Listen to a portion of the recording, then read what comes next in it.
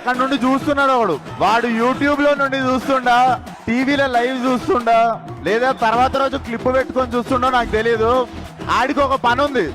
ఆడికి ఏం పని అంటే కష్టపడి సినిమా చేసుకొని ఏదో జోష్లో సినిమా ప్రమోట్ చేసుకుంటూ మా వాళ్ళ కష్టం చెప్పుకుంటూ ఏదో మాట్లాడితే దాంట్లో నుండి ఇంత ముక్క తీసి డిస్ప్లే పిక్చర్ మార్చుకొని ట్విట్టర్ లో వేసి ట్రోల్ చేయడం అదే ఆడి పని. అరే నీకే చెప్తున్నా నీకే చాంటా కూడా వీగలేరు ఎవరు. మేము ఇట్లనే మాట్లాడతాం, మా సినిమాని ఇట్లనే ప్రమోట్ చేసుకుంటాం, మేమే తప్పు చేయట్లేదు, గర్వంగా దొంగతనాలు చేయట్లేదు, ఏం చేయట్లేదు, సినిమాలు చేస్తున్నాం. నేను ట్రోల్ చేసిన వాళ్ళను, మా గురించి తక్కువ మాట్లాడిన వాళ్ళను వీళ్ళని ఎవ్వరిని ఏమనట్లేను. ఎందుకు తెలుసా, ఈ సినిమా తర్వాత నేను క్రిటిక్స్ ని కానీ రివ్యూవర్స్ ని కానీ ఎవరి గురించి ఏమీ మాట్లాడను.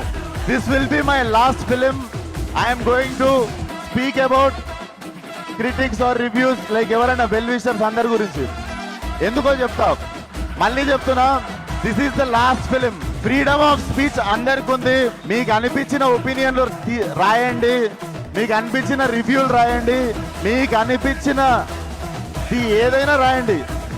పర్సనల్ లెవెల్లో అటాక్ చేస్తే మాత్రం ఈ పగులుద్ది.